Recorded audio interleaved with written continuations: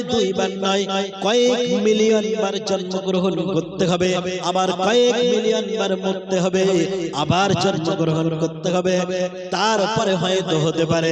আমার ভাইরা, এখন আপনারা বলুন, কোন মানুষের দ্বারা একবারের বেশি দ্বিতীয়বার পৃথিবীর বুকে জন্ম নেওয়া কি সম্ভব? সম্ভব? সম্ভব না। আমার প্রিয় ভাইরা, অতএব কম্পিউটার বুঝিয়ে দিলেন, ও পৃথিবীর মানুষেরা তোমরা শোনো, একজন মানুষের দ্বারা যেমন একবারের বেশি দ্বিতীয়বার জন্মানো সম্ভব নয়, ঠিক তেমন ভাবে এই পৃথিবীর কোন মানুষের দ্বারা কোরআনুল কারীমের নকল কপি তৈরি করা কোশ্চিন কালেও সম্ভব না। জোরে বলেন সুবহানাল্লাহ। এই জন্য আল্লাহ তাআলা রব্বুল আলামিন বললেন, ফাইন লাম তাফআলু ওয়া লান তাফআলু, ফাইন লাম তাফআলু।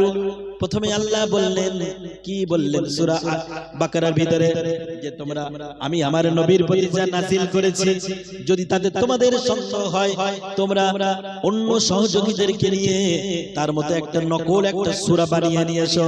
আল্লাহ বলেন, ফাইন লাম তাফআলু, তোমরা পারবে না, তোমরা পারবে না, যদি তা তোমরা পারো। তারপরে বললেন, ওয়ালান তাফআলু, তা তোমরা কখনোই অবশ্যই পারবে না। তারপরে আল্লাহ তাআলা রব্বুল আলামিন বললেন, ফাত্তাকুন নারাল্লাতী, অতএব সেই আগুন থেকে নিজেদেরকে রক্ষা করো। ওয়াকুদুহান নাস ওয়াল হিজারা, যে আগুন ইন্ধন হবে, যার জ্বালানি হবে মানুষ এবং পাথর। ওয়াইদ্দাত লিল কাফিরিন, যেটা কাফেরদের জন্য আল্লাহ প্রস্তুত করেছেন। প্রিয় ভাইরা, আমি আমার আলোচনা শেষ করছি।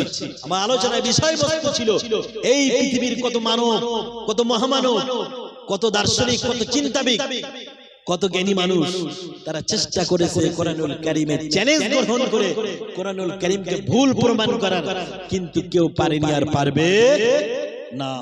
কারণ এই কোরআনুল কারীমের লেখক কে? যারা বলেন কে? আল্লাহ বলেন, ইন্না নাহনু নাযালনা যিকরা ওয়া ইন্না লাহু লাহাফিজুন।